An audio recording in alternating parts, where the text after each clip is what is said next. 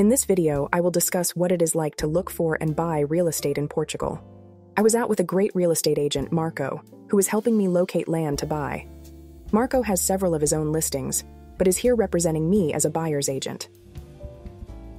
I really appreciate his willingness to pick me up and drive me around because I have been getting lost a bit.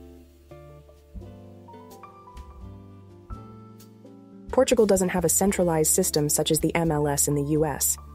There are a few sites that list multiple listings such as Idealista, Supercasa. However, not only are they incomplete, but they are often not updated. So, for instance, there have been multiple listings on which I have contacted the listing agent to only have the listing agent inform me that the listings are inactive. I wonder if some listing agents purposely leave inactive listings on those sites just to add to their email list or gain access to potential buyers. Many Portuguese realtors are dual agents or double agents, meaning the listing agent will also represent the buyer. Many realtors here expect to represent both the seller and the buyer in a transaction and to pocket a double commission. It's a total conflict of interest. But many of the realtors I have interacted with seem to dismiss this idea. There is no way you're going to convince me that a dual agent is going to have the buyer's best interests in mind. That agent is going to want the price to be as high as possible so that the commission will be as high as possible. Some of the listing agents have, in fact, stopped communicating with me after learning that I have decided to use a buyer's agent because they don't want to give half of the commission to the buyer's agent. It's completely unethical in my opinion, and they are acting only in their own self-interest and not in the seller's best interest. There are areas of the country where plots of raw land or ruins on lands are quite inexpensive compared to, say, US prices.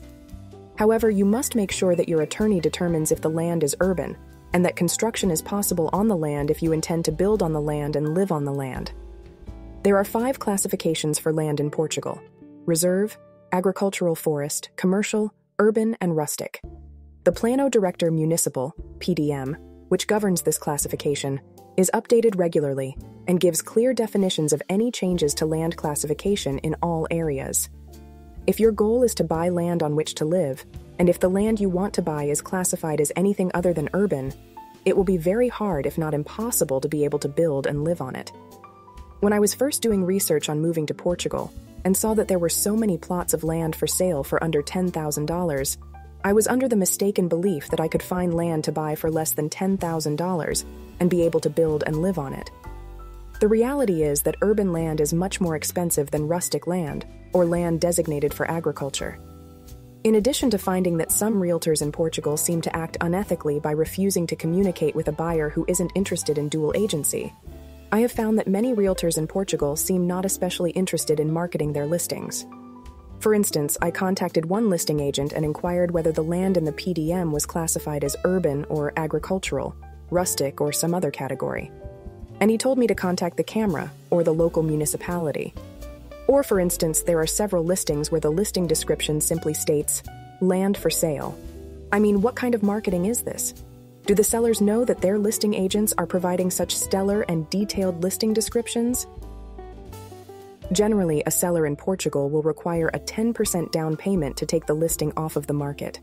There is no escrow here, so the down payment goes directly to the seller.